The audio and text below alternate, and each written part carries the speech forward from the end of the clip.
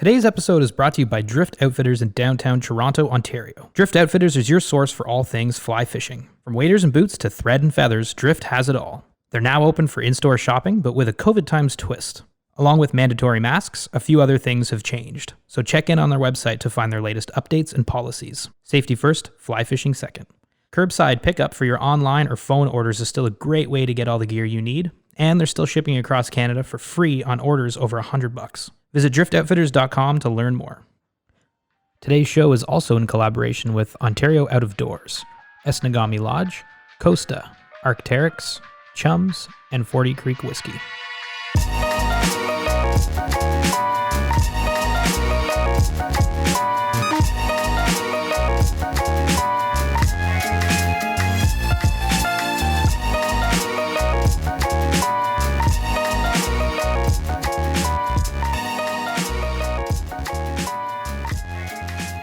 Hello and welcome to another episode of SoFly. It is the end of June, and now we're actually recording on location right now up in northern Ontario at Esnagami Lodge on Esnagami Lake. My name is Mitch. We've got Yilma. Hey, everyone. We've got Aldo. Hey. And we've got an opening day session ale from one of our faves, Mr. Muzdog. What's going on? Yilma, can you crack that thing open? It would be Can you do it into the honor. mic so we can hear the sits? Here we go. Mr. Muzdog, thanks for the beer, man.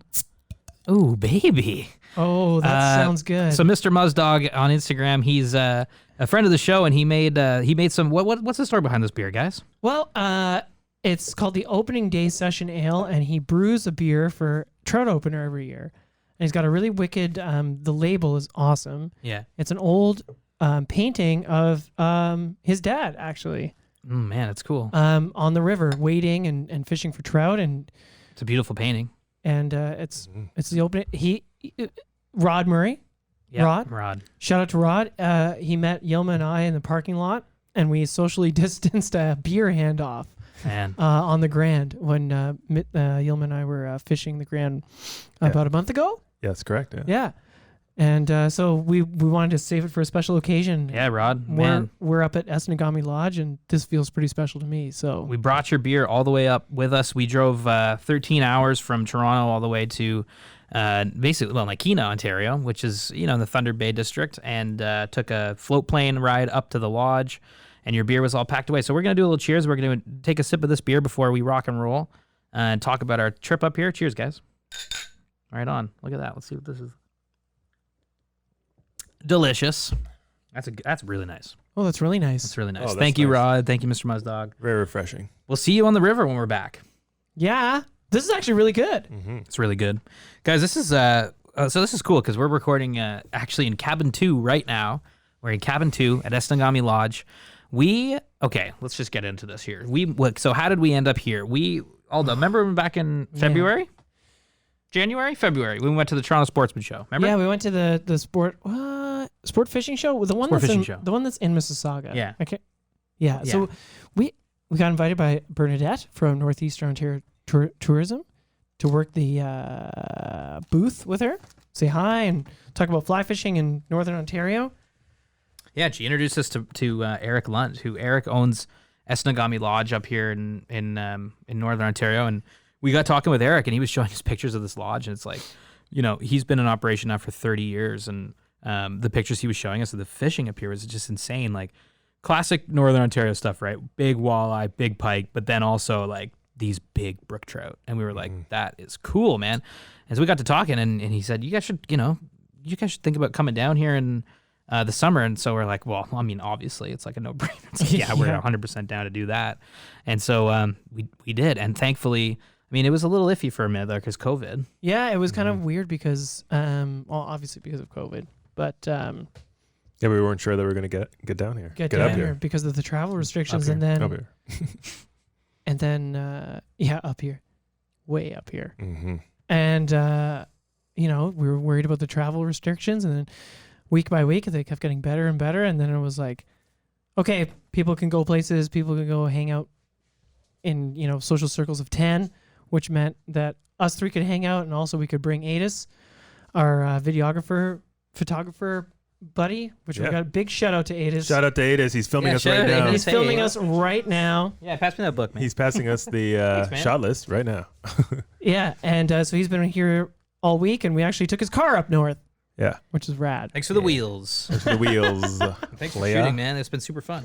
It was super fun. It was like, it was kind of like, oh, we're going to get to do this trip. And finally, when it was like, yeah, it's looking like it's going to go, I don't know, we all got pretty stoked, eh? We started stocking up on our stuff and getting ready to head out on another trip into Northern Ontario, which is, I don't know, my favorite place to come. You know, I think we all have a good time when we're in our own province fishing. Yeah, big time. Especially in these little corners of Oh, yeah. pristine wilderness. It's wild. No man's land. Pristine. Like, I mean, let's just set up where we are right now. Like, first of all, like I said, we're in cabin 2 up in Esnagami Lodge. We're looking out the window. It's, I don't know, what is it, 10 o'clock?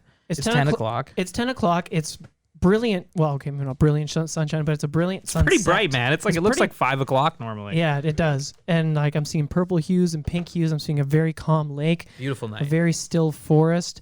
It's like it's a magic night right now. It is a beautiful, beautiful night, and every night has been like this. Every night. Like And I in still have terms to of pack. lighting, like it's bright till midnight. Yeah. Basically, like midnight's when it starts to get dark. It's like, geez, because we're that north. Like we're in the middle of nowhere right now. Like there's no roads in here.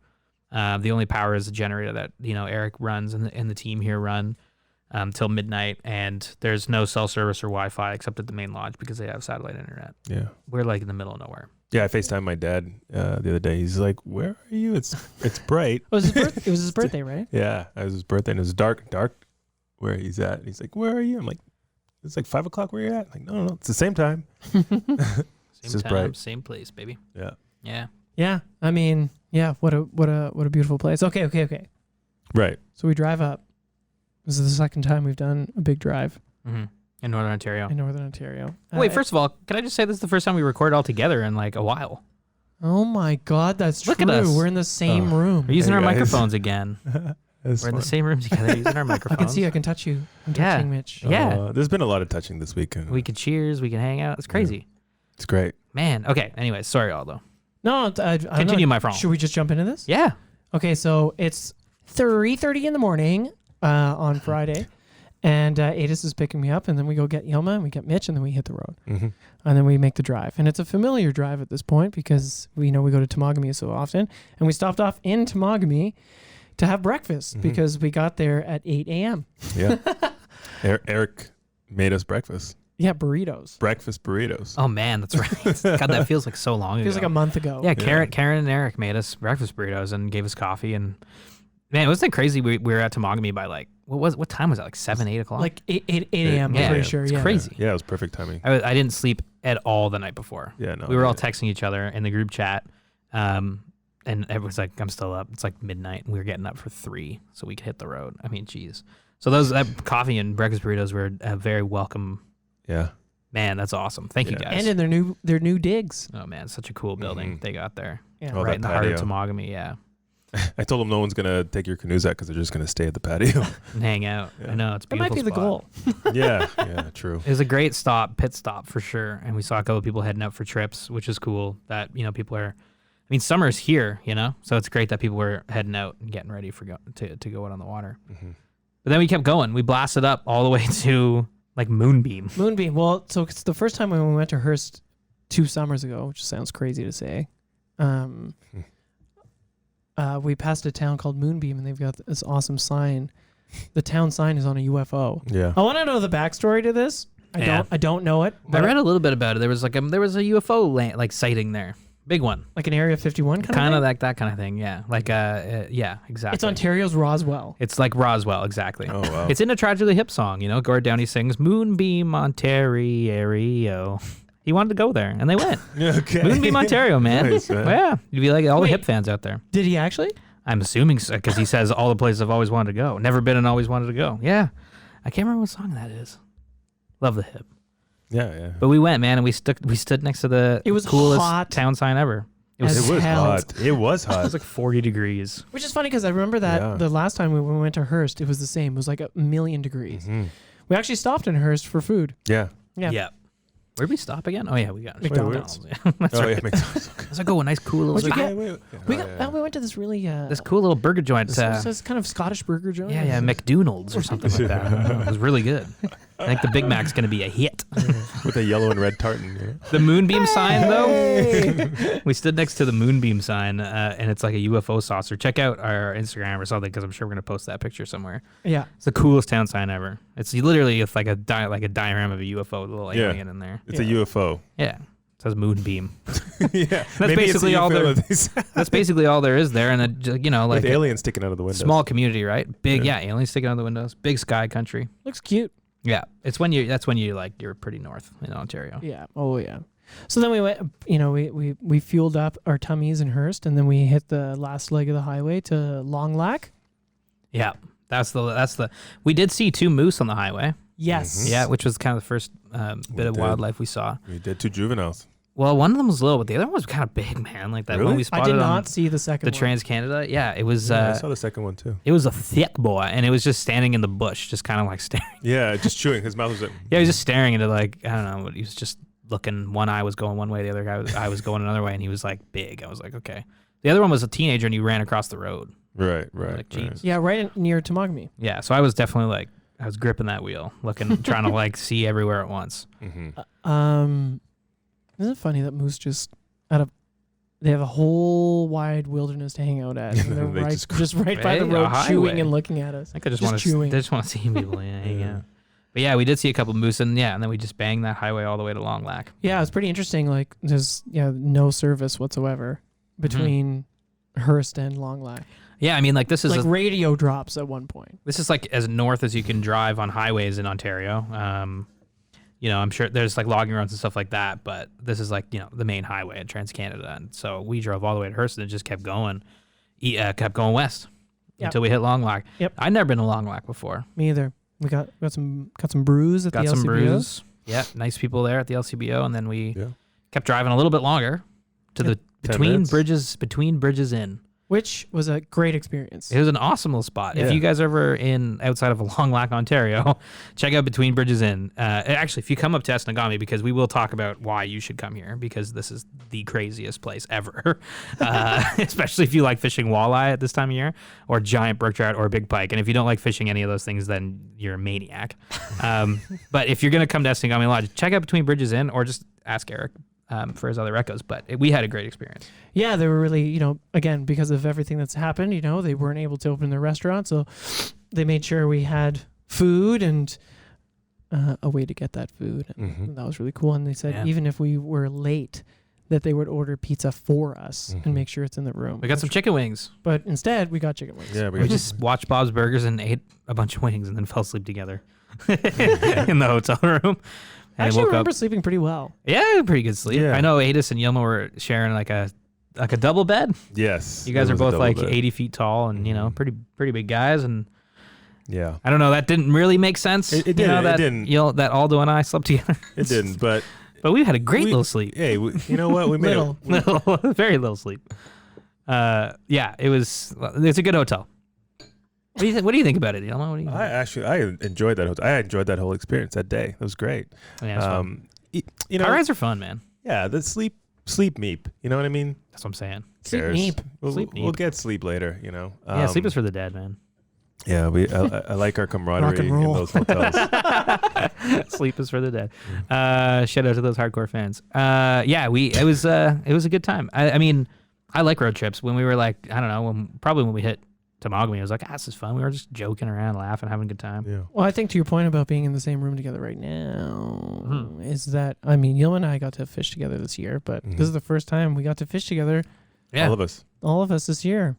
that's true. And Yep. I was really looking forward to just being able to hang out with you guys. Yeah, absolutely. Hang out, we did. So let's get into the next day, because this is when everybody listening is listening, for this fishing talk, and this is where it kicks off, because Fishing literally we the fishing hit like Hard. It's just like, honestly, like Northern Ontario, anytime we come up here, whether it be at Hearst, even Temagami, Elk Lake, here, the fishing is just like, you start fishing and you're like fishing, but this is what happened. We got to the airport. Nakina Air Service was amazing. Yeah, they're great. Super sweet, nice people, interesting, cool people, and also like buckled down with this COVID stuff. really organized. Yeah. Yeah. Had us in quick. They weighed our stuff on the planes, ready to go. We saw Jeff and his pops. Yep. Jeff is a fellow that we actually met in Toronto at a Drift Outfitters event called What the Fly, where you tie crazy flies with random materials. And I met Jeff years ago outside of that place, and I was like standing at the airport. I'm like, I know that. I know. guy, You man. leaned I over to know me. that. You leaned over to me, and you're like, that guy went to a What the Fly. I was like, what are the odds? Yeah, exactly. And then remember we were like standing. I'm like, did you go to What the Fly? he's like, yeah, man. Yeah, we met you. I'm like, oh my god, what a small world. Like we're on the same plane together to go into Esnagami Lodge at the same week. Like what? So It's crazy. Yeah. This lodge can accommodate a lot of people. They're obviously more than half their clientele is American, so obviously the camp is a little bit empty. I think there's a couple other groups, 3 other groups here right now. Mm-hmm. So what are the odds that one person out of those 3 other groups yeah, we That we know. met in Toronto. you know? That was Isn't crazy. that crazy? Yeah, it was. That's It was. crazy. That's why I was like, it can't be him. And we're on the But same anyway, flight in. it was him, and it was crazy. And yeah, so Nikita was amazing. We spoke Yeah. with the owner, talked to him, Yep. talked to everybody working there, and yeah, hopped on the plane, big otter, Yeah. turbo otter, and it was just a quick flight. Pilot was great. Quick flight in. 15 minutes. Yeah, super. It's just a little hop from there to here. But there's no roads in here, so this is the way in. Skip and a jump. I Hop, skip, understand. and jump. I understand the term puddle jumper now. Yeah, exactly. This was a puddle jump. Yeah. That Yeah. was a puddle. But the puddle we were jumping into is like ridiculously big lake yeah. with like swells that are like 3 4, feet. 5, 6 feet tall. Okay. Yeah. No, yeah. Is that what you're gonna say? Well, yeah. I was gonna say, but they've seen 9-foot swells here. That's insane. I'm not surprised because like I think it was. Well, we'll get to it, but like yeah, we've seen some big waves out there. Oh my god, we were following you the other day. Anyway, we'll get to it. Yeah. You almost got knocked right out. Yeah. Mitch is laughing. Yeah, it was great. I was like laughing. I and know I you almost turned around and you gave me a launched him fist on- bump. You're Yeah, like, fist bump. But anyways, that first day, so we landed and we saw Eric and we saw the staff here who, obviously everybody here is amazing. Like everybody's like, welcome, happy to have you, blah, blah, blah. Everyone's wearing masks. Here's the hand sanitizer, which is a weird addition this year, obviously, because of this virus thing that's been going around.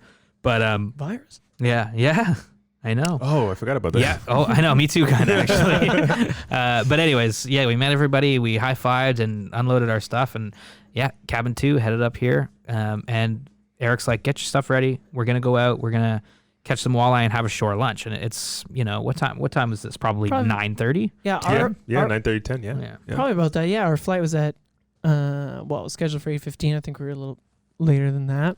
Whatever. And it's pretty cool. Yeah, you Yeah. land. The level of hospitality Yeah. at the lodge is like, I think people in my background in hospitality, I think people in restaurants should strive for this level of hospitality. I can't even imagine what it's like when the camp is fully going and there's turn down service and they're cleaning your Yeah, they come by and your change cabin every towels night. and stuff. Yeah. That wasn't happening because they wanted to limit contact. Yeah. Everyone was there waiting to greet us Mm-hmm. coming off the plane. With open arms. They're taking the stuff off the plane for us. They're putting it in ATVs and taking it to your cabin for you. Unloading it, putting it in, organized. Mm-hmm. And that was Yeah. the beginning of the amazing Yeah, so while they're welcome. ATVing our bags to our cabin, Eric's like, we're going to go catch a bunch of walleye and cook them on an island. And I'm like, we've been here for 10 minutes and this is already like the greatest day of my life. And it was like, okay. Come on. Yeah, so we get up here and our bags are in here. And like, it's like, okay, we literally just let's string up the rods for the next 7 days. Yeah. String them up and it's What the a best great feeling, feeling right? that is. Yeah, Yeah. you're like, these things are getting put together and we're not taking them apart. You don't have to break them down the other day because you're going back. And in fact, we left them in the boat the whole week. We left them out the whole Because we had 2 week. dedicated boats with green casting platforms on them. Ingenious. Let us talk about these boats for a second. Because they're sick. Cedar strip wooden boats. Like, what are they, 16 foot? Something like that? 17. 17 Yeah. foot. Probably like 30 feet. Probably. 9.9s on them, which is all you need to cruise around here. Honestly, you don't want more because you might flip the boat on the We way. would have 100% flipped the boat because we didn't know what we were doing. But they are such nice boats to cast from and fish from because they're stable as a table. Mm-hmm. And those casting platforms give you lots of nice room. Yeah, Eric's developed these removable casting platforms. He's got felt. He's got felt on them like it's a putting green, Yeah. almost. Yeah. And A hinge in the middle, and a hinge hinge at in the the middle. edge, and it sort of bends in half. And Yep.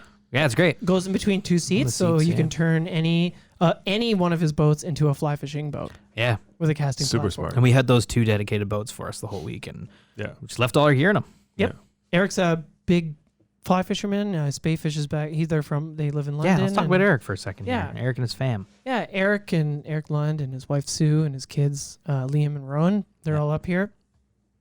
And Eric's loves fly fishing. He spay fishes for steelhead back in Very fishy guy. very fishy guy. Yeah. So, he's had this lodge for 30 years, and Yeah. and he kept seeing more and more potential for having fly anglers come up here, and it's starting to become. I mean, the new fly fisher's done 4 shows here, and he was just like, you know what, how do I make it better for fly anglers here? And the casting platforms, I was not expecting that, and I love it. Yeah. Because obviously anybody who's ever fly fished in any kind of boat that isn't a poling skiff knows that you can get stuck on pretty much everything. Yeah. Mm-hmm. Yeah, those platforms. Yeah. Yeah, they worked amazing. That's just Yeah. awesome fishing boats. Like and like I said, like what we said, Eric bought this lodge 30 years ago. 30 years ago. Think about that. So, You haven't been alive that long. I know. Oh, and we'll get to that too. Well, I was 'cause it going to was say, your birthday. and that's basically like you guys have been along basically that long, which is crazy. Like Yeah. Eric's been fishing just here for basically your whole lives, Yeah. which is insane. Yeah, I'm 33. Yeah. 3. So 33. like think I'm about that, right? 37. Like, so pretty much your entire lives, Eric has been fishing this lodge Yeah. and operating it as a lodge. That's crazy. So it's like, the amount of The whole knowledge time this I've been guy's in had. Canada, yeah. The amount of knowledge this guy has about the lake, and just it's amazing, and it comes through, right? Because I mean obviously instant confidence when you're out there, because he's just like, okay, well, we're gonna go to the flats and catch walleye for lunch, and it's like, oh, lunch is in an hour. It's like, yep. So we go to the flats, and it's just like 30 walleye, like so quickly. Like it was just like so many fish on the flats. If you Walleye. like walleye Yeah. and you don't come to this lodge in June Yeah. before you die, you have Missed. wasted your life. You have missed an opportunity big time. So- Because like this is easily the greatest walleye fishing lodge I've ever seen in my life. Yeah. It's incredible. To all the walleye lovers in Ontario, Yeah. this Pickerel, whatever you want to call Which it. is like everybody. pickerel, whatever you want to call it. This is the mecca of walleye. And we're talking like consistently nice fish. Yeah, consistently. Like- There's no small walleye I caught No. this time. No. No. But the ones we did keep were in a smaller size, Yeah. obviously. Yeah. In a Absolutely. slot size, yep. Yeah. And that's because like Eric explained to us right away when we got up here, and he talked a bit about it because we had him on the show a couple episodes back. So give that a listen.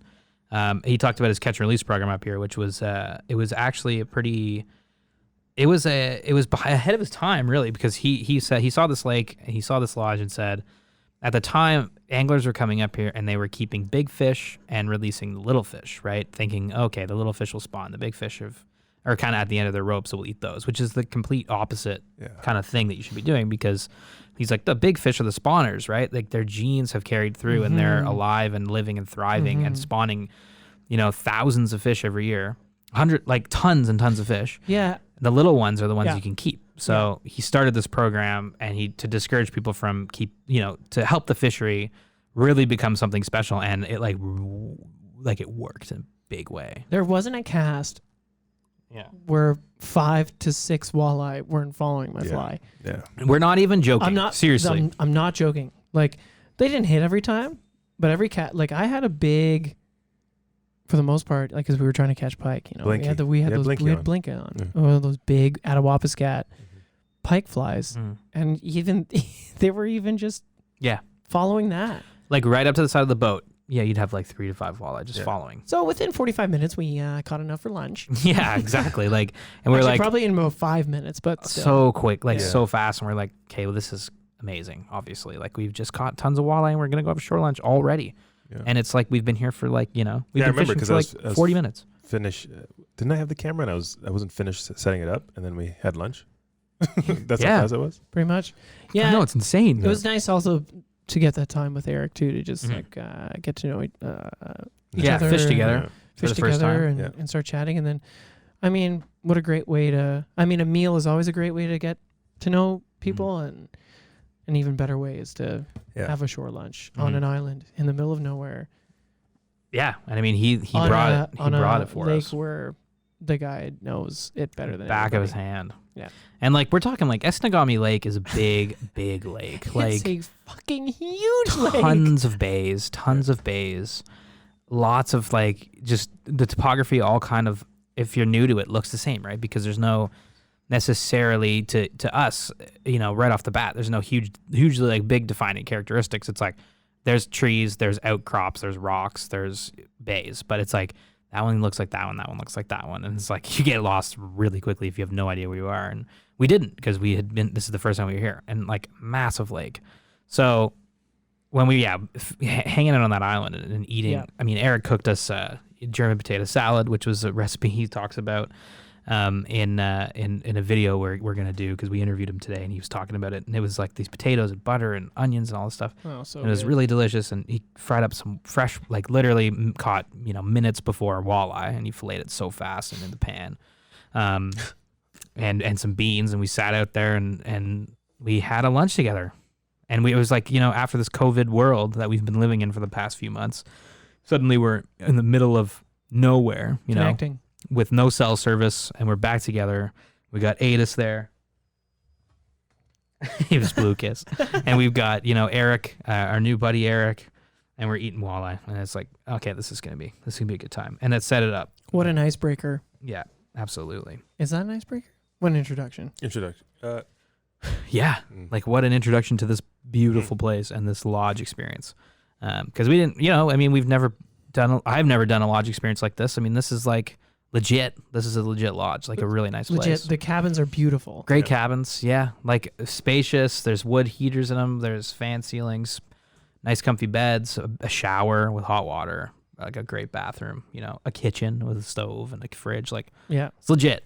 Even though they offer, and we took full advantage of their American plan, which is you get every meal. Yeah. Well, normally you would have it in the main lodge, but again, that wasn't happening. So they developed a very efficient and very good system of delivering your meals every day. Yeah. So you get your breakfast delivered to the cabin at 7:15 on the dot. Yeah. And then then they pack you a lunch, and when you get to the boat, there's a cooler waiting for you with a fun little fishy joke and some sandwiches. And then when you get back home, 6 o'clock on the dot. Dinner time. Delivered to your cabin. And every day has a different dinner menu. Oh my God, the first day? I know, ribs. Yeah. Ribs and baked potato. The next day was turkey. Yeah. Turkey stuffing, mashed what was your potatoes. favorite? I like the turkey stuffing mashed potatoes. I think it's my fave. Yeah. I think ribs might have been my favorite. Yeah, ribs, man. Those were, but everything was good. The chicken, spaghetti, pork chops. Today was pork spaghetti. chops. Yeah, it's really good, man. The food's really good here. The breakfast, chocolate chip Breakfasts pancakes. are awesome. Wait. And we get dessert with these Oh yeah, there was like these main But eating courses. cake every day. Cake, oh man, ice cream, and apple pie, everything. cheesecake. The food's amazing. Yeah, this place, it's awesome. Yeah. Red wine. Really good. I come alive at the nighttime. Really good end to the first day. It was ribs for sure. And then the next day we went out with Eric, right? Did we go to Betty Falls that day? Yeah. Yes. Yeah. So that's the day we went to Betty we Falls. went That was Betty. our introduction into our favorite fishing spot. Yes. Yeah, Betty Falls. Betty Falls. Well, I mean, he took us a bunch of different bays and points. Oh, we but, saw so much of the lake that day. Oh, Well, this is the cool thing about here at this time of year is a lot of the places we went to were back bays that were very shallow with like a silt type of thing. And you just have cruising pike, and it's like sight fishing. You're spotting fish, and you're making casts. It was very much like being in Texas or in Tobago. Or Tulum. I've never sight fished for pike before. No, me neither. Not like that. Not like that. I guess like polling skiff type of stuff. Yeah, like if we had a polling skiff. Yeah, would have been pretty. It would have been exactly like fishing the salt. So that was really cool. Yeah, that's something new. But then we hit up Betty Falls, and Betty Falls is like this waterfall that comes out of Betty Lake, which is up on a kind of up on a hill part of the land. But Betty Falls, and Eric was saying like in to the indigenous people they call it Wendigo Falls, because of the Wendigo, like folklore and stuff like that, which is really cool. But Betty Falls is this beautiful waterfall that comes at the base of the lake and flows into Esnagami Lake, and it's It's wild, man. Like the fish that were at that spot was just ridiculous. We could spend all day there. No, you can People spend all day there. You could have like Adis and I were talking about. We were floating around one day when you guys were in Betty Lake because we did a thing. We'll talk about that, but we're like, man, you could just pop a cottage out here and spend your life just fishing. Literally this area, Banjo Bay, which is a little bay around the corner from Betty Falls, so much. and there was another bay too, and that's just 3 spots, but we're like, again, big lake, there's an island out there, there's a bunch of other bays, like you could just fish Betty Falls and Banjo Bay forever and be content, I think. Like you spend a half an hour at Betty Falls and you've already got like 5 walleye and 3 pike, and it's just like, what? The amount of bait fish schools you could see at the falls was crazy. I've never seen schools of bait fish like that. Such a healthy ecosystem. Except for, I guess, maybe in the ocean. Yeah. It's like very, school. very healthy. Yeah. Yeah, I mean, So needless to say, over the course of the week, we fished that spot a lot. Mm-hmm. But we did fish it the first time with Eric, and floated through there a few times and pulled out all kinds of pike and walleye and everything else. And it was awesome, man. It was awesome. It really was. It really was really cool. But why did we come down here again? We came down here to experience, obviously, Esnagami and Northern Ontario, but we came this time of year for a very special reason.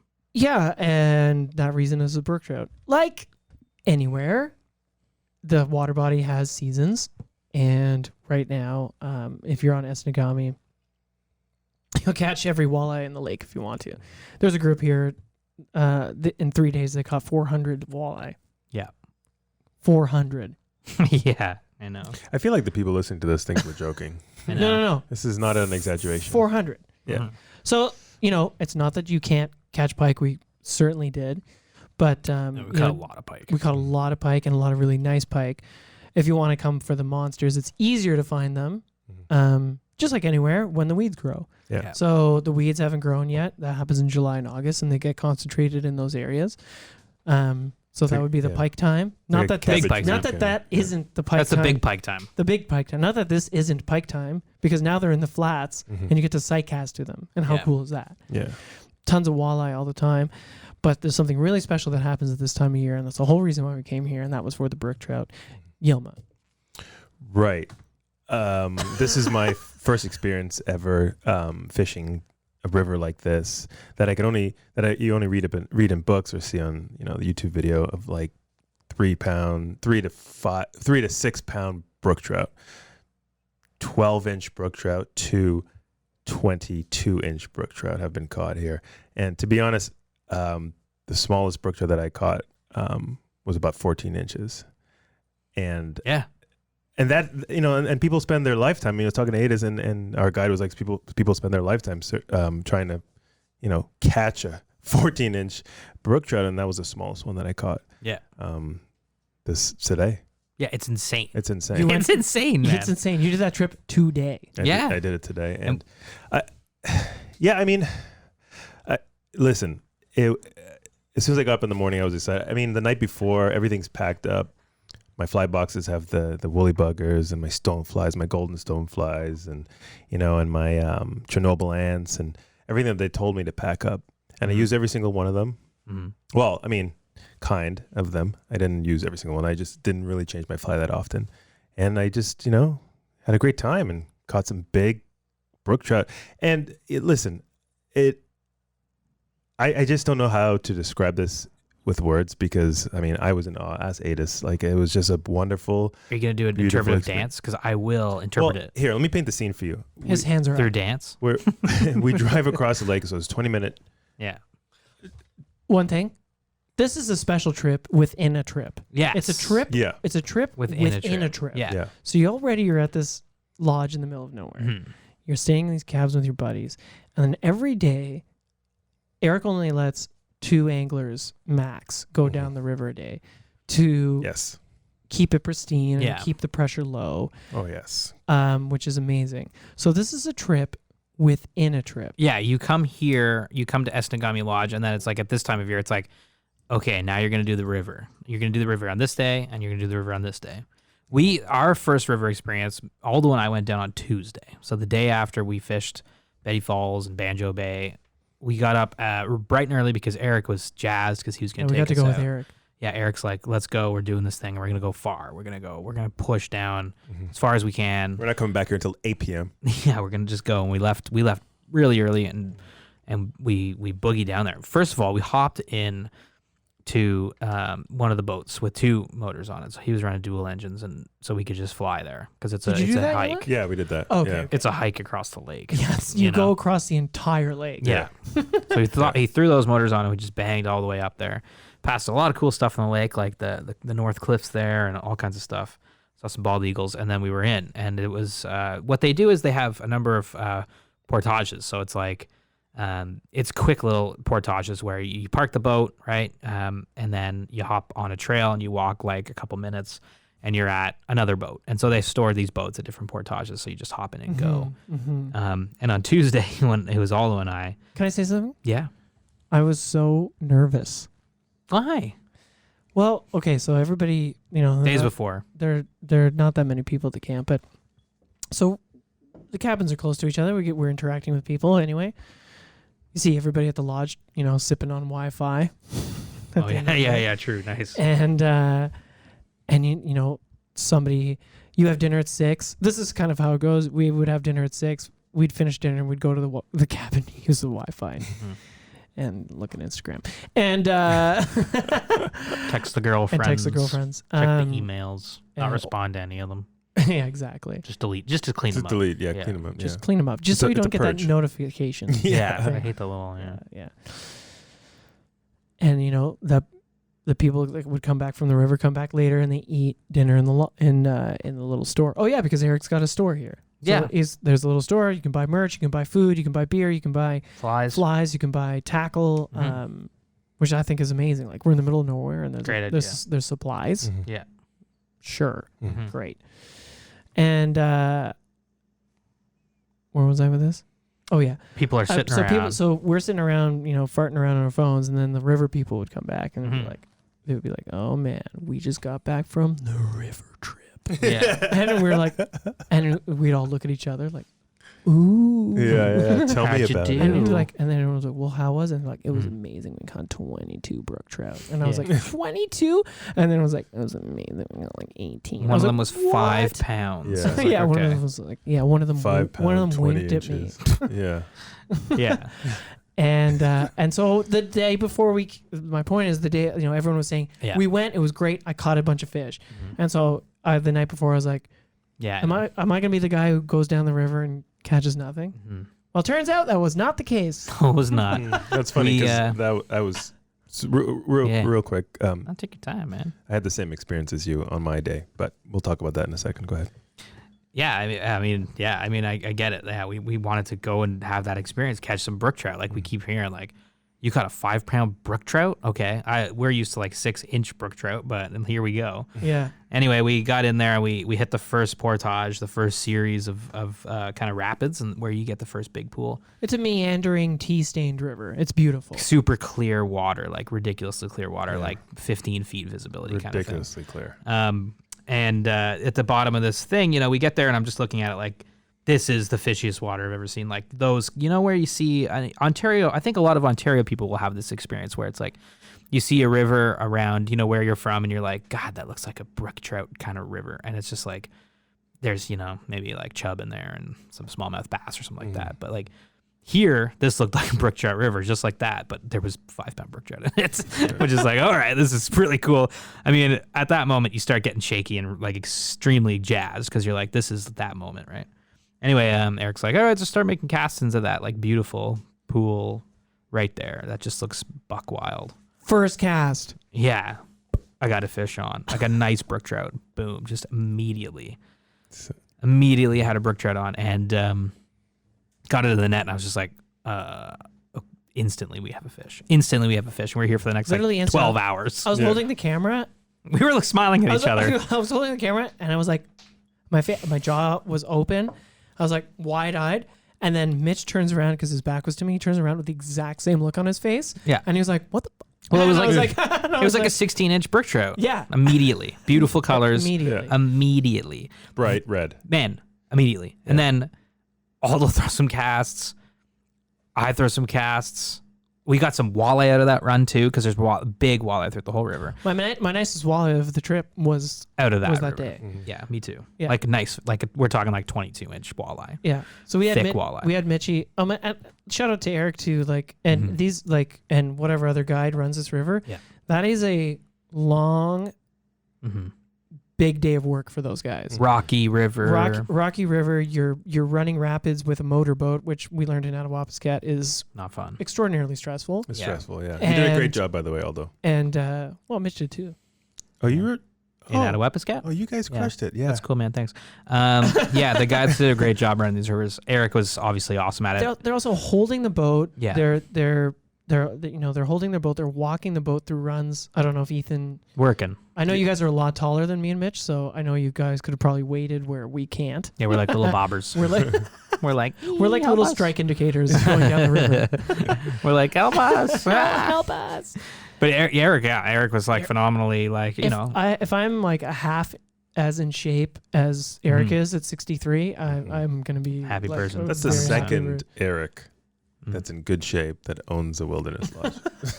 in Ontario. There you go. In I don't Ontario. know. There you go. I love my Erics. I guess I'm changing my name. Thank you guys for thanks to Eric for working so hard. Like I think, great guides like Eric and Ethan and Liam and all the guides here. Yeah.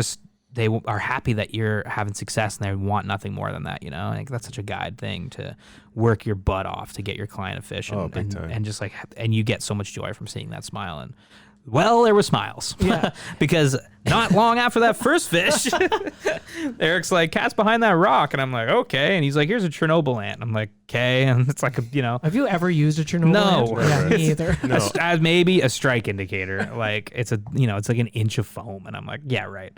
And I cast in front of the rock and it's just like, like a 20-inch brook trout just slams my fly. He jumps out of the water and just inhales my fly. And I'm like, oh my God. And I get it to the boat and I was freaked out from the first fish because I'm like, we just started the day and it's already beautiful brook trout. I'm like, this is the best brook trout I've ever caught in my life and maybe ever will catch. And it was in the net and we were looking at each other like, and Eric's like, oh, this is a nice fish. And I'm like, yeah, this is a nice fish. Big sagging. This is a nice gut. fish. Yeah, big Orange kite. It had a kipe. It was green, vibrant greens, and it had those pink dots, and it was just red. Red belly, red. orange fins, that white opaque line with that black trim, like ridiculously nice looking brook trout. And I'm just like, God, these fish are absolutely spectacular. And that's when Eric was like, yeah, he was saying like, he's like, oh, the Lord created all the fish, and then he took a rest day and said, you know what, I'm going to make one more fish, and he made the brook trout, which is the most beautiful fish of all, and there's definitely truth to that. Yeah. Because this fish was just like, oh man, ridiculously nice looking. I mean, like, man, we saw it on that first fish, but then I'm not going to say we got used to it, but I really enjoyed when you hooked the brook trout and you saw that flash of red in the tea-stained water. I don't think I'm ever gonna forget that. No. That left a lasting impression in my mind. Well, you yell brook trout, yeah, because it could be a walleye, which Eric and them call golden plague in that river because there's so many beautiful walleye. But you're there to catch brook trout, and you get a hit, and you're like, "Is it a brook trout?" And you see the red, you're like, "Brook trout," and everybody's like, "All right, here we go. Get into the boat. Get into the boat." Yeah, we're like, I love that. It's like people would die to catch 30 walleye in a day, and here we are boating like probably about 30 walleye that day. And can I say, this time of year, walleye that hit like pike or something, like not also, wet socks, like we're talking like slam and fight, like crazy fish. Can I also say walleye in a foot of water? Yeah, in bright sun on a swing. Does that make any sense to anyone? Man, walleye hitting Chernobyl ants. Top water. What? Hitting.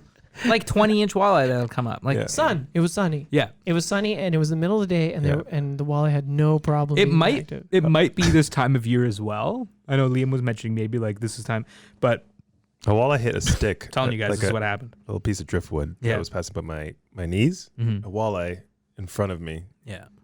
Hit that stick. Yeah, man, they just eat whatever. They're crazy.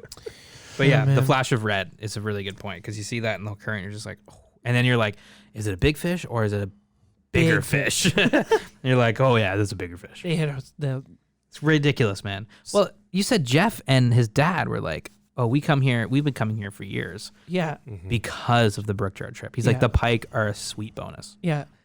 Like the pike are a bonus. I believe that. That's the same. I felt the same way. Totally. I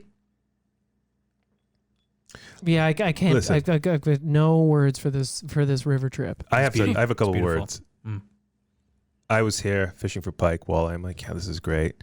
But the only time that I felt like I'm booking a trip next year right away was after I came out of that river. I'm like, I'm booking a trip. It's a great trip. Yeah. It's so fun. It's so unique that you can fly to a place and then still get to go on an extra adventure. Yeah, he's saying, like Eric was saying, normally sometimes you can book a charter flight in there, so you pay a little bit extra and they fly you in. They have an outpost camp there. There's an outpost camp, so you can actually stay there if you want and kind of do your own thing. You just bring your own food, but they've got a cabin. But you could just, instead of doing the whole trek down the river thing that we did, you just fly in and you can spend the day fishing. But this year, just with COVID, it's just a little less economical just because they have to fly the turbo otters, so it's more expensive. But flying in is an option. Staying there is an option in an outpost cabin and just kind of being by yourself. And we're remote here. Like we're remote here. That's even more remote. Like I keep it like it's actually kind of a funny thing just talking about remoteness really quick because like oftentimes I'll be like, oh yeah, it's like a nice cabin thing we got going on, and then I hear the generator. I'm like, oh yeah, that's right. This is all running on that generator. Yeah, it's like an Attawapiskat. Yeah, it's super cozy here. Yeah.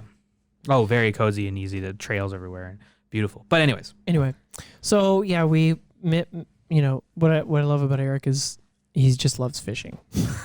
Mm-hmm. Yeah. And he's just like, he can't wait to show loves fishing people the fishing here. Very passionate. One of the most passionate anglers I've ever met. Like, big time. Loves talking about fishing, and we've been talking a lot about Superior and just some recent experiences that he's been having. And yeah, the guy he just casts. He'll cast and cast and cast all day and like try. No wavering in the effort. It's just like, let's do this thing till we get that fish. That's just there is no last cast. Yeah. So there's no more one. Just one more. One more cast. One last cast. Yeah. We had a couple, but they were definitely like one last dozen casts kind of thing. Very fishy guy. Awesome, passionate angler. We had such a banging day, man. So yeah, Mitch and I, we hooked. Beautiful sunny weather too, by the way. Yeah, beautiful sunny weather. Mitch and I hooked 20 plus fish. Over 20 brook trout. We landed 18 brook trout. Yeah. The smallest one was 12 inches. Yeah. The biggest was 20. And then my mind split in half. And then a lot were like 16. And here's the thing. You're running that river so fast. There's so many corners. There's so many runs. Spots. There's so many spots. There's so many little holding spots. If you had the time to work, quote unquote, work the river. Mm-hmm. Oh, I can't even imagine how many fish you'd catch. And especially in so many. In May, as soon as spring hits. Yeah, if you hit it at prime time. Oh Although, what was really cool? When Mitch, I don't know what happened today with you guys, but when Mitch and I were on the river, great caddis hatch. Mm-hmm. And tons. First time in my life I can say I've been in the middle of a dragonfly hatch. Yeah. That's hundreds cool. of hundreds of dragonflies. And that's basically why we did so well, I think, because we were using dragonfly nymphs, or we were using, the golden actually some woolly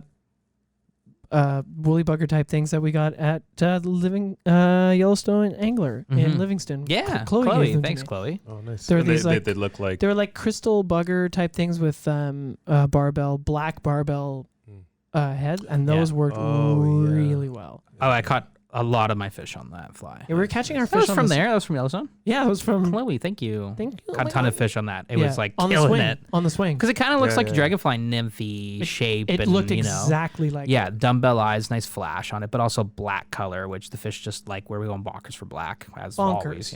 Yeah. And so that fly killed it. It was awesome. That fly killed it, and just thinking back to some of my takes, I'm like, oh my god, I want to go out there right now. I haven't fished a hopper dropper since probably being in Montana. Yeah. And I was like, this is awesome. Thank you so much for rigging up the hopper dropper for me. It was incredible. It's the only way I'm going to fish this run ever. My favorite thing was swinging. Swinging, like steelhead swinging. Yep. That streamer pattern through this really wide section of river, and like brookies coming up and like almost a dry line, and just smoking it. Like, and seeing that flash of red, it's like so ridiculously cool. My first fish, like what?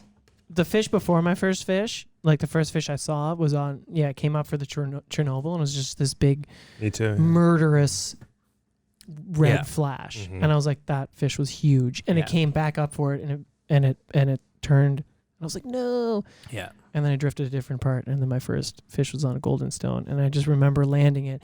And I looked at Mitch, same thing as when I was filming. I look back, Mitch has the camera, and he's like, Yeah, I don't know. what? Yeah. And I'm like, wow.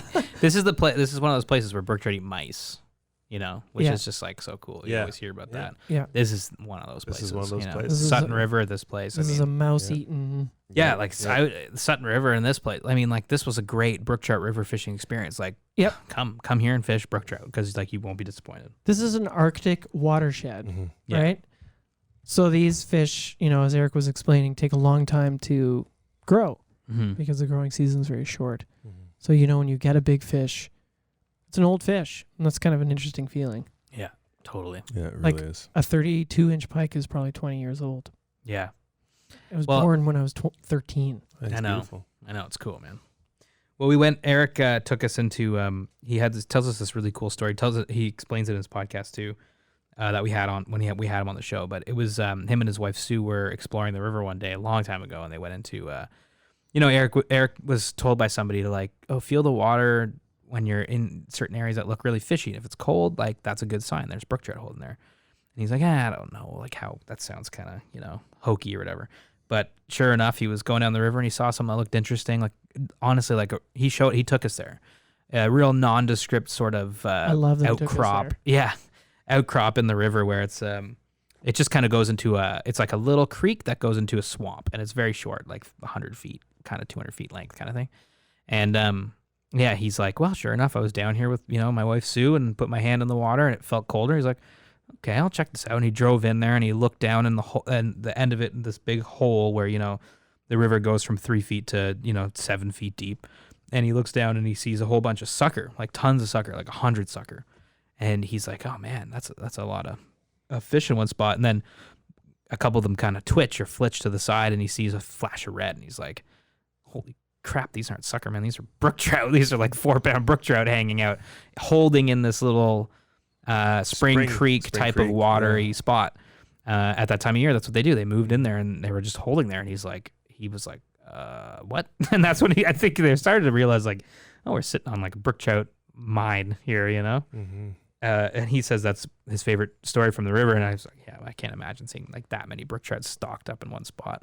But he took us in there and it was cool to see. It was cool to see. Yeah, he said, I think you asked him, he was like, did you know what you had when you... Mm-hmm. And he said, I knew that there was great brook trout fishing. He just didn't know how this good. Yeah. He- It's really he- good. Because when people say that, it's like, oh, this brook trout fishing is really good. It's like, yeah, sure it is. Like that where we're from, right, Ottawa region. It's like, yeah, there's probably brook trout in there, and maybe you could pull out like a 6-inch brook trout or something. But That's really good. when there's really good brook trout fishing here, it's like it's like a 5-pound fish. It's crazy. Yeah. But also a testament to his management Mm-hmm. philosophy.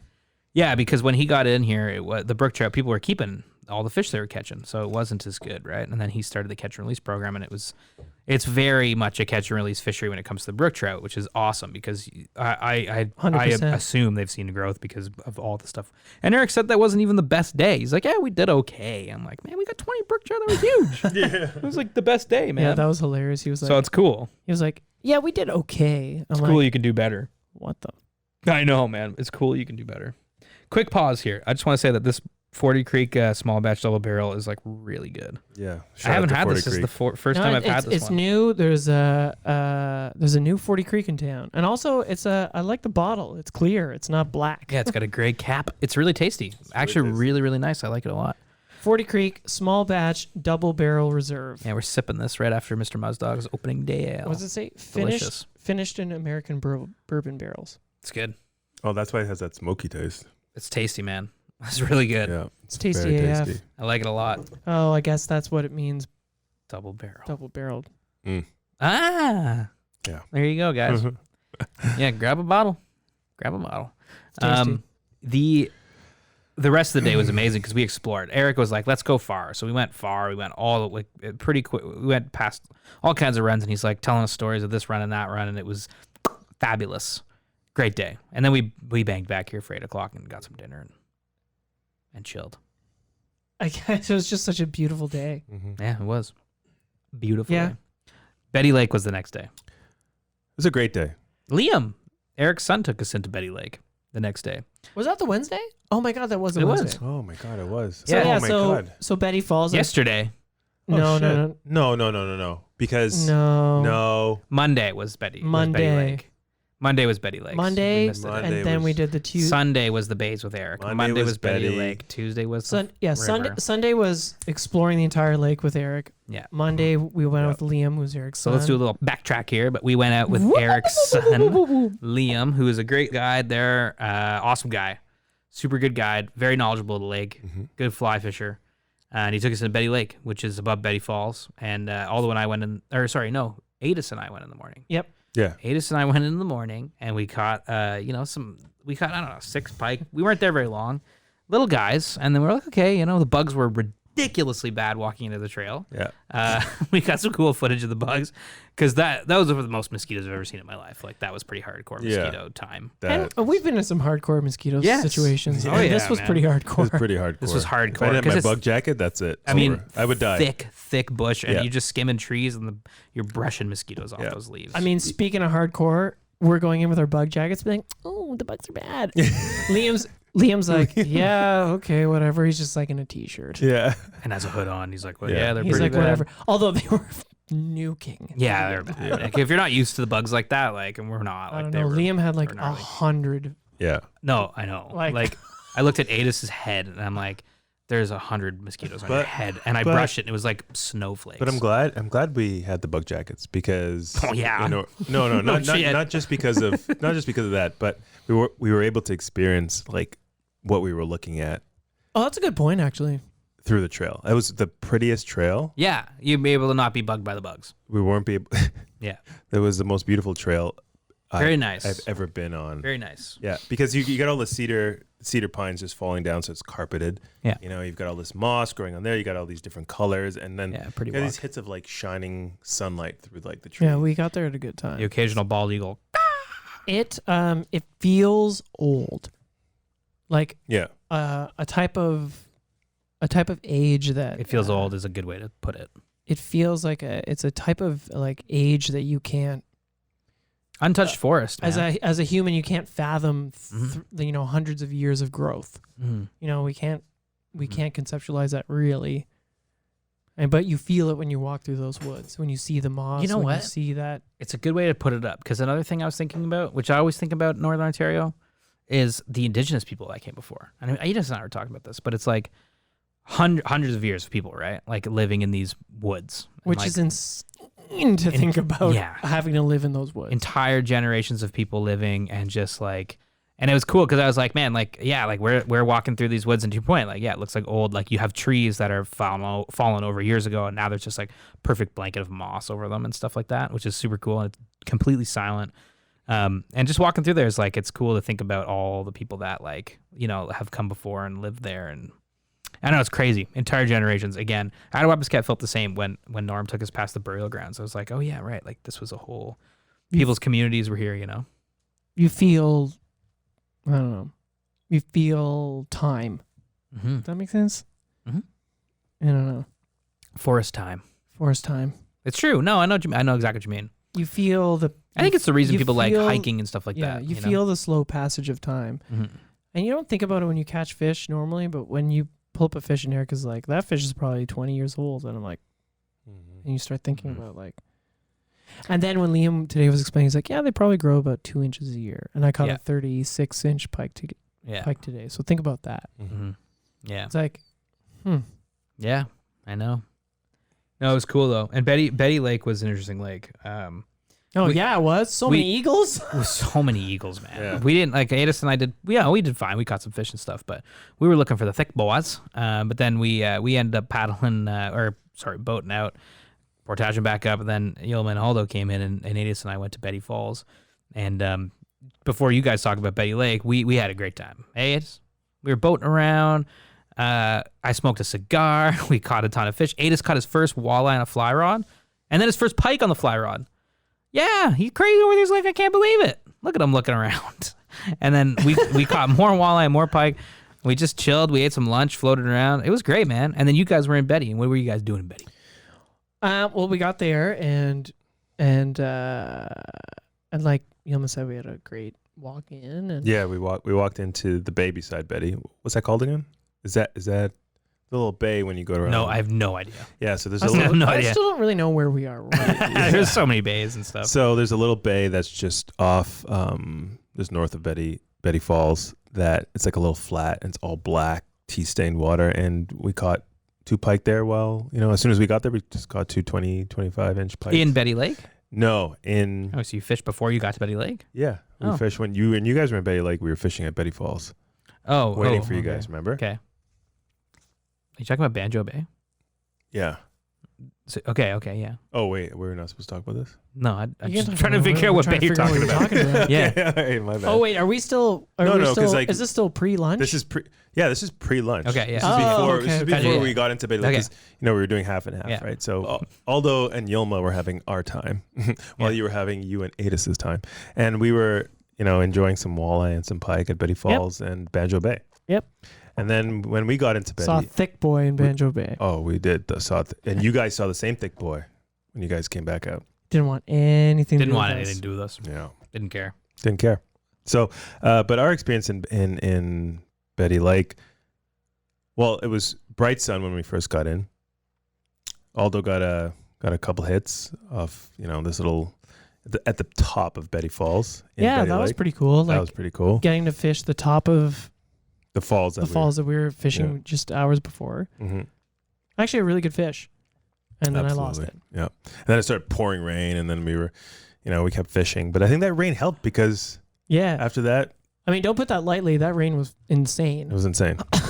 Like the rain hit Yeah. hard. Big rain. Yeah. We were soaked. It did. It was kind of nice, though. I love It was fishing in the kinda rain. Yeah. And then you're right. After that, Yeah. it was on. Well, it was on, but then someone decided to put on the Game Changer, Yeah. which is like this little articulated fly that looks like a little crankbait, but it's a fly. And all it was just hitting fish, pike after pike after pike. It actually changed the game. Yeah. It changed the game. It was a They game changed the changer. game. It Yeah. was a game changer. You caught bigger pike. We caught yeah. I mean, like, 20 I think, inches. yeah, I think like Yeah. I don't know if I was expecting to catch massive pike in that lake, Yeah. that back lake, but we started catching a lot of fish. We hit all these beautiful feeder creeks that looked a lot like the Esnagami Yeah. River, tea stained, very clear. We were basically calling our shots, and Yeah. it Like, was, right there. I was like expecting you guys to come back and be like, we caught a 40-inch pike.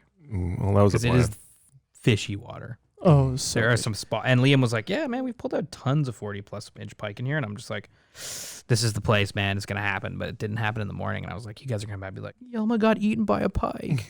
Like, sick. Yeah. Did you get it on film? yeah. I just think it didn't. I just think you gotta. Just like without having the weed patches, it's hard to. It is hard to They find can them for swim sure. anywhere, and Yeah. Walleye in there, too. Got a nice walleye in there. Oh yeah. Yeah.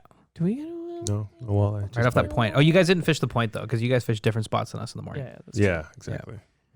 Yeah, it's basically the way we were fishing is we had like or at least anyway, I did. Like I had a sinking setup and a floating setup. Mhm. Put the game changer on the floating line. Mhm. Boom. Yeah. Done. Change the game, Don't baby. change the game. That's dope.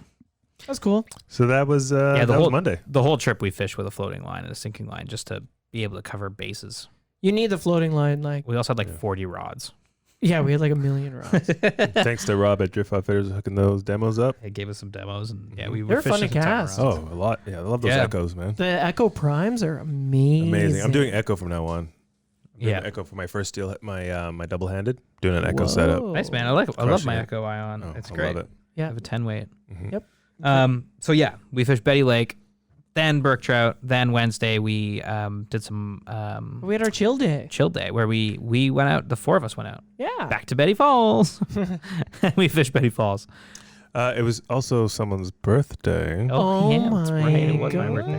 And these guys got me a cocktail set, a premium cocktail set, Potion House, and it's amazing. There's a shaker, a strainer, a glass jar thing. What are those called? Mixing pitcher. Mixing pitcher, and a big old spoon for me to mix my drinks and eat my Cheerios. Thanks, guys. It'd be a very accurate Cheerio spoon. It would be, yeah. Yeah. Very deep bowl. And, It's like 20 inches long. they made you a cake. They And baked me a hand-delivered- cake, and they came at dinner, and they sang me happy birthday. Yeah, the staff and I said, happy birthday, Mitch. And it was delicious carrot cake. And the staff sang me happy birthday. How nice is that? Thanks, guys. That was super sweet. Happy birthday, Mitch. And it was delicious cake. We have some more. Birthday, Mitch. We have some more. We have some more in the fridge, and we're going to eat I'm it. going to eat it probably now. morning. Probably after this, we're going to have some more. And Oh, yeah. I got thanks, guys. Very sweet. It was super sweet. Anyway, I had fun on Mitch's birthday. We had fun. We had a little picnic on the island. It was great. It was great. You know, Yeah, we ate lunch on the island. you caught we got a 29-inch pike, Mitch. And you know what Did that means? It was your I don't 29. think it was 29. It was 29. No, it was like 26. Oh, we'll come just on. say it was. All right, whatever. Cool. Rock and roll, baby. That's okay. Thanks, man. And then Thursday is when you guys went, which is today. Today. Today is Thursday. Ricky Gervais' birthday. Happy birthday, Ricky Gervais. Happy Really? birthday, Ricky Gervais. Yeah, man, we love you. So tell us about your day, because I don't know. I wasn't there. What Right. So Adis and I, we prepared the night before. Got my flies together and my rods set up. So Aldo, I would like to thank you so much for setting up that Chernobyl fly, and underneath it was Golden Stone. golden stone. All I really did was I kept whatever Eric put on. I just snipped it and put it on your lead. Well, Yilma had a great day fishing. Yilma had a good day fishing. He caught a bunch of brook trout. Were there a Nice. lot of? I mean, we had so many dragonflies around. So were there a lot of So dragonflies? no today? dragonflies, no hatch, No nothing. caddis. No nothing? caddis, Oh, nothing. so definitely a different day than we It's a experienced. different day. Yeah. It was hot. The water was Definitely about different like 5 inches lower than probably when you guys were there. We did. Well, what was cool? I mean, remember when we were on Betty Lake getting that rainstorm? When I was getting pelted with rain, I was just thinking like, this is going to be good for trout fishing Mhm. tomorrow. And Liam's like, this rain's great. I'm like, okay, sweet. Awesome. Yeah. So we didn't have the same experience, but we were, I fished the same spot Mish fished on his, just behind the rock. Mm-hmm. And that's when I picked up my first flash of red. And I was like, what the fuck? And Adis is like, and then he ran over and then I lost it. But then after we kept fishing down the river and then we picked up a couple and then we came back to that exact spot afterwards and we got 4 more huge brookies. That's awesome. Nice. Yeah. That's You saw pretty that sweet. trapper cabin? Saw the trapper cabin. Yeah, Baptiste. We saw brookies jump from my Chernobyl in the air, like just acrobats, and That's it was so cool. it was wonderful. I've never experienced anything like that in my life, and this was definitely a trip of a lifetime. Nice. A trip man. within a trip of a It's lifetime. pretty cool to get to do that trip within a trip. Yeah, it is cool for sure. Yeah. And Baptiste, by the way, is someone that spent a ton of time up here, and that's a whole other podcast in of itself. We'll get to that one day. If you come up here, ask Eric about Baptiste, and he'll have some cool stories for you. Yeah, I feel like little nugget that's for a you. whole other. There's a nugget for you. Yeah. Come up here and talk to Eric about him. And Mitch, I had a pretty average day of. We had a. Well, we had Didn't the you short. catch a 36 we had a pike? we Ton of caught, pike. we Ton caught of like pike. 35, 40 Pike pike in like today. an afternoon. in like an hour. And we had a great shore lunch because once a week the lodge staff hosts a shore lunch for the entire camp. So everybody goes down there from all the campers go down there, everybody here and all the guests and also the staff, and they put on this crazy shore lunch. They have these giant cast iron pans, like literally Those giant. are so cool. Yeah, they're like a table with a 4-foot stem handle off of them, and they're just frying up fried rice, ton of walleye, Onion rings. fresh walleye, onion rings, beans, garlic bread. There's drinks down there, everything, and we just stand around, have a delicious shore lunch, and chat and enjoy some grub, and it was great. It was super fun. I think it's pretty cool just that, because we don't get to interact in the main lodge, that was like a one time where everybody got, and you could tell, anyway, I could tell that everybody was like really appreciating just sitting around talking Hanging to each out. other. Yeah, especially now, right? Yeah, especially at the end of the trip, everyone's pretty relaxed. Yeah. Everyone's caught fish. Yeah. Everyone's maybe a little like kind of dopey tired Yeah. from Just sun. just sun and sleeping and wind and water. 10-hour days of sun. Yeah. Mhm. And 100%. and just chatting. Yeah, it was And good. It was nice. It was nice. And then we spent the afternoon catching pike with Liam again. Yep. To finish it off. And that was great. And I got my best pike of the trip. Yes, you did. It was a nice thick boy. Yeah, I heard. It was a nice fish. Hey, thick boy. I got Mitchie's Fishies 5 specific to this trip. Esnagami fishy 5? Yeah. But who are you asking, Mrs. Fishy? Well, for? I've got written down, so I've got some for everybody. Are you ready? Yeah. The first one A fishies, is for Aldo. Mitchie's, Okay. Aldo, the Esnagami 5. Mitchie's Fishies Esnagami 5s. Just for this trip. It's crazy. What was your favorite fish on the trip and why, Aldo? Which fish? Do you remember a fish out of the 300 we got? 100%. So, when you're running the river, you, like we mentioned, you go through several portages. You change boats twice, so you end up in three boats by the end of it. Mm-hmm. And when the final boat is a freighter canoe, which I'm quite fond of freighter canoes after Attawapiscan anyway. Totally. But you like, if anybody's ever fishing a drift boat with somebody and there's a front and a back and whatever, you get into a rhythm with your other angler in terms of like when you're casting, you announce your cast or whatever. So I've got we were getting pretty successful swinging streamers for the Brook Trout, me and Mitchie. Mm-hmm. And Mitch is casting. And so I've got my fly in the current. I'm just waiting. It's probably like just off the bow of the boat. Like I've got 10 feet of line out. And I'm just like, and Mitch is like, oh, casting. I was like, okay, no problem. And I remember looking over, and then this massive brook trout just comes up and engulfs my fly. It jumped fully out of the water. It jumped fully out of the water. It was just hanging like I've got an 8-foot sink tip.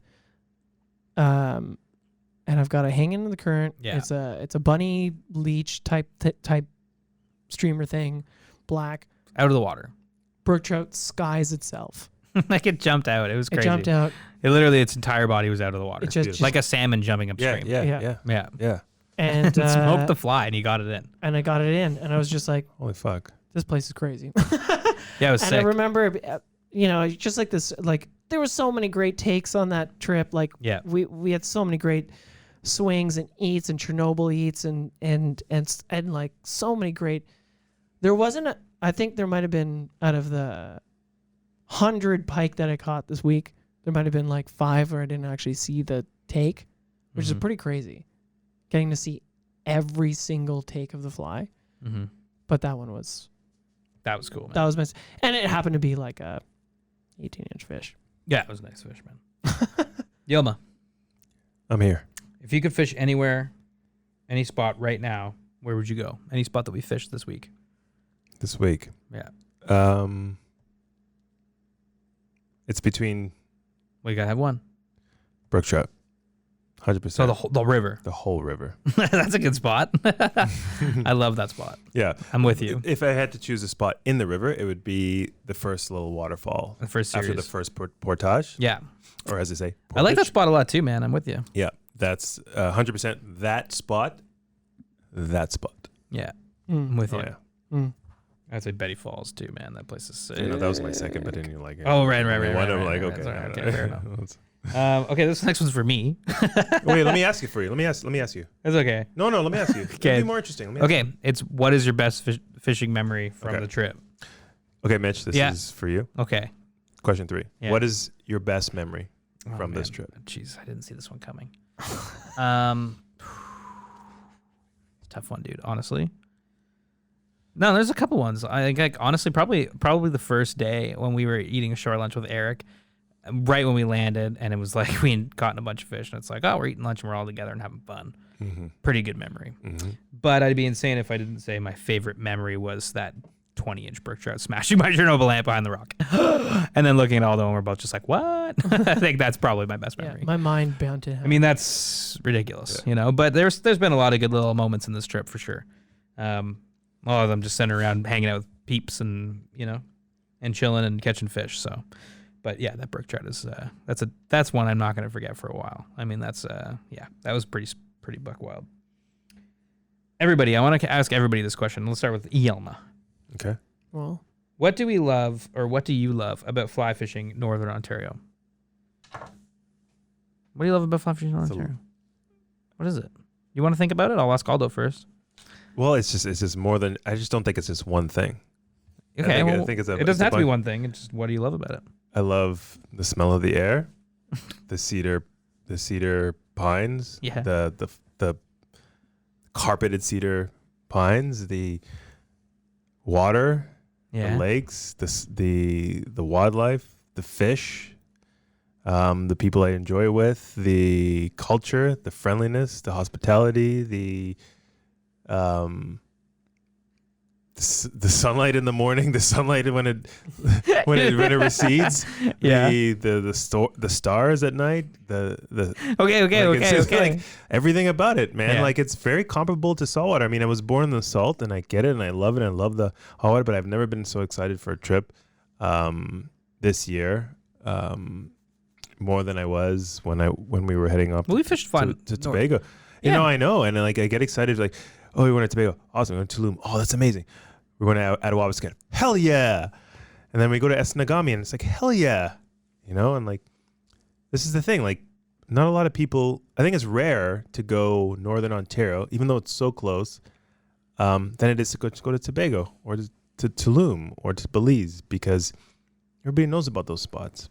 But like, this is such a rare thing to do, and then brook trout at this size and at this, you know, super rare. And I just, there's something about it. It's hard to like categorize and say this is the reason why I like it. It's like, it's just big. You know? Although, what do you love about fly fishing in Northern Ontario? Here's what I love, and I already touched on it a little bit with the oldness of everything. It's a spiritual experience. I think what I love most about fishing up here is it's I have another word I think about. I've been thinking about this word a lot. It's just like indigenous. The people are from here. The fish are from here. The trees are from here. The birds are from here. Everything's from here. You're connected to a natural history that's millions of years old. And when you fly into a place like this, when you experience a place like this with no one around, especially when you're carving down a river like that and you pass a trapper's cabin that's hundreds of years old, there's a history here that you can't write in books, that you can only experience on the moss of the trees or the reflection of a sunset or a sunrise or the passing of, time throughout a day or throughout a week. And I think that's what I love about fishing in Northern Ontario, because it's a deeply spiritual experience for me. I just love it out here. I feel alone. I feel connected to something that I can't explain and or maybe hopefully one day can explain. And that's what I love about fishing in Northern Ontario. And then when you pull up, when you see that red flash of the fish, of the brook trout this time anyway, or when you see a pike charge your fly in the flats, it's like that is a wild moment. Yeah, it's cool. It's a wild moment. And when you see eagles fishing, we didn't even talk about, we saw wolves. Yeah, saw wolves. Oh, yeah, these are wild moments. These are wild. Pack. These are wild. These animals and these trees and the sun and the water has been doing this for hundreds of years without us here. But we're here at this little glimpse of time. And that's interesting. Yeah. I don't know why it's interesting. It just feels interesting. And that's what I fair enough, man. I mean, I agree. I'm with you.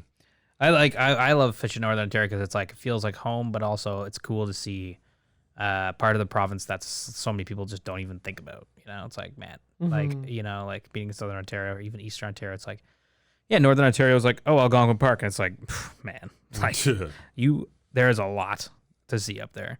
Like, this is like, we're in the Arctic watershed and we're in Ontario. It's crazy, like there's so much, and this is just one area of it, and there's so many places to go. So I just love being able to get out here and be like, wow, we really are secluded and wild right now. Like, we're really wild right now. And it's so cool because we're still in Ontario. Like, we're still in the same province, our home province. We drove here. Yeah, it's crazy. I mean, and a little flight. But how she doing an overnighter? But you know what? Like, it's still, Eric says, like, oh, how many places can you drive 12 hours and being like such a wild place? It's a good point, man.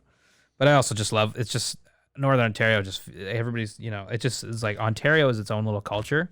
And Eric talked about this too, and it really is its own little thing. Like, there's nowhere else in the world that's like this. place, you know?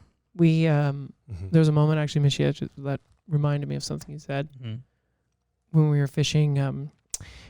You remember that pool in the run that we did the best at? Yep. Yeah. And you were like, "This is such an Ontario pool," and you're like, "I know you're right." Like we were swinging up walleye and brook trout, and from waters that were black. Yeah, walleye and brook trout in a pool together, like big fish. That clean, clear, beautiful water, but that's still Ontario. Black, dark, and mysterious. Yeah. And that's Ontario, man. Right Brookies there. and walleye hanging out. Pff, get out of here. That's an Ontario pool right there. 100%, man. That's so true. Yeah, I remember when you said that. I was like, yeah. True. That's pretty iconic. All right, the last of the Mitchie's Fishies Esnagami 5 is if we were a fly, we using the trip, what would we be? Because it's the fly question. My favorite fly on this trip was a fly Eric gave me early on in the trip, like day one, I think. And it's a chartreuse bunny leech fly with red material and some red flash and like a little eye on it and some yellow, like chartreuse and orange hackle as a head. And it was a dynamite fly. I caught so many fish on that fly throughout the whole week. And I don't know what it's called, but I'm going to call it the Eric Lund Spesh. And it was a good fly. Lund's leech. Lund's leech. Deliciously, nicely named fly. That's mine, Yellow. What's yours? What would you be if you were a fly on this trip? What would you be? Chernobyl and. Nice, man. Yeah, fair enough. That's probably my second answer. Yeah. Do I need to explain why? It's pretty swaggy, just Yeah. like you are. Yeah. It's flashy, just Catches like some you nice are. fish. It's floating around. And it's always on top. It's always on top. Nice. Yeah, there you go. You can The see it. misconception. You can see it from a mile away with those flashy clothes. Although, what fly would you be if you were flying this trip? I got to give it up to my main man, Blinky. Blinky. So, what kind of fly is that? So Blinky's a big musky Fly. It's a big musky fly. It is a chartreuse musky fly. It's got a big EP fibers on the Fire front. tigery. Fire tiger type fly. Perch stripes. Big perch stripe streamer fly. I put it on 2 years ago in Attawapiskat, and every time I fish for pike, Banging pike. it's a great fly. It doesn't look a thing like it used to, like at all. It doesn't have it used to have eyes. It doesn't have eyes. It used to have a big tail. It doesn't have that anymore. It's like got half Bird's that. nest. It's just a disaster. Yeah. And It still just Catching crushes fish. Yeah. And I love Blink, and I haven't lost it somehow. That's crazy, man. 2 years. special. I wonder if that 100-pound fluorocarbon has anything to do with that. Maybe. I keep sharpening that hook. I feel like I'm going to sharpen that hook into a nub. Yeah, man. Put it on your wall, frame it. Because that fly, it's basically just like someone took a pack of material, 3 packs of material, just tied it on a hook. Yeah. Put a couple eyes on it. Yilma has a new one, and just to put the two beside each other Yeah. was like crazy. I was like, Oh, what? did you do that today? I did. I took a picture Oh of my it. God. I was Yeah, we'll like, post that. it's That's like it's hilarious That's a great how different photo. it is. That's Yeah, before and after. Yeah. yeah. That's smart. Good, Oh, thanks, I can't man. Wait to see that. Yeah. Lily Elma. God, what a great trip, Mm-hmm. guys. Honestly, this was so sick. Thank you for coming. Thanks for having me. us? I'll delete that. No, what? That's funny. What an awesome trip, though. It was so fun fishing out here with you guys. And Adis, thank you for coming along and taking pictures, man. Your photos are amazing. And shout out to Esnagami Lodge and Eric Lund for having us up. When we met you back in the winter, we were so excited to hear about your lodge. And man, we couldn't be more thrilled that you had us up here to spend some time with you and, take it all in. Like, really extremely thankful. And can't wait to hit the water again with you. And yeah, if like I mentioned, or like we mentioned, sorry, a lot of their clientele is American. A lot of that's not happening this year. So if people are looking to do some traveling, some last minute plans, Guys, you got to come here. Come here. You've got If you're in Canada right now, especially, you can't travel anywhere else. Just come to the lodge. Like, oh my God. they have couples here. They have they outfit. Everybody comes here, and it's so fun. Like, there's something for everybody. It's so cozy. You don't have to think about anything. Every meal is brought to you. Yeah, it's amazing. You don't have to think. No, You you, don't have to just think. have to enjoy and catch a ton of fish. A ton of fish. Yeah. And pike season's coming up. like, yeah, do you still have July and August Yeah. for giant 40+ inch So, fight? Yeah. I don't know if we mentioned this, but when the cabbage weeds roll in, when Yeah. they grow in and they grow in fast, the pike don't move. They stay there the whole Yeah, time. the big ones come into they all come into They the come weeds in and just they sit. sit there. Yeah. And you just So go come on down. So if you want to catch giant pike, like, come on down. Come on down. Giant pike, have an insanely awesome experience, a fly-in experience on a back, like amazing, beautiful lake with great boats. great food, great staff, Great awesome cabins. hospitality. Couldn't recommend it enough. Honestly, it has been one of the best fishing experiences of our lives. So Yeah. definitely check guides. them out. Esnagami. We'll post their info in the show notes too, so you can just give it a little peruse. And for all of our American friends, like as soon as the border opens up, check them out. Honestly, if you want like a northern on Canada back. trip, come on up here and man, send us an email. We'll go with you. We'll come back. Yeah, we'll all go. Yeah, let's Yeah, go. I'm Chloe, down. come on down. We will descend upon Esnagami Oh, Lodge and have a giant fishing tournament That'd be where we release everything. Fun. Right? We should do that. Yeah. Chloe would love it up here. Oh, and Matt. Oh yeah, Joe? Matt, Joe. Yeah. Oh my God, Jason from Indiana would love this place too. Oh. So everybody would like this place, man. Yeah. It's super be fun. impossible not to like this place. Yeah. But anyways, check them out. Everybody check them out. Check out the show notes. Again, Esnagami, thank you for having us up. We love you guys. Yeah. You've been super awesome. All right. Well, that's another show in the bags, guys. We're taking off tomorrow. We're catching a flight at 8 a.m. back to Toronto. Jeez, it's been a good time, guys. Honestly, it's been fun. I hate when it has to end. I Well, know. That's you, Mitch. What's me? Well, because I'm Mitch, and then you say something, and I'm Yelma. No, well, we're still saying we hate that this is over. You want to end this right Oh, now? no, I That's how thought we were eager you I are to end this. never wanted to be Let's over. never leave. That's it for me, Mitch. Yelma. Yeah, I just want to say wanted to give a shout out to our guides, Ethan and Liam. Thank you so much. Great time. That's for me, Yelma. And Aldo. No. Yeah, thanks everybody, the whole staff here. Yeah. I mean, from the people that greet you when you bring your boats back, to the people that bring you your meals, Eric, Sue, everybody, Nikki Nara Service. Awesome experience. Tons of walleye, tons of pike, giant brook trout. What more did you want from a fishing trip? Amazing time. Everybody at home, thanks for listening. Take care. You can find all of SoFly's content at SoFly.ca. On Instagram, we're at the SoFly Crew. You can reach us at thesoflycrew@gmail.com with any questions, comments, or concerns. On Facebook, we're SoFly, and our podcast is available on SoundCloud, iTunes, and Spotify.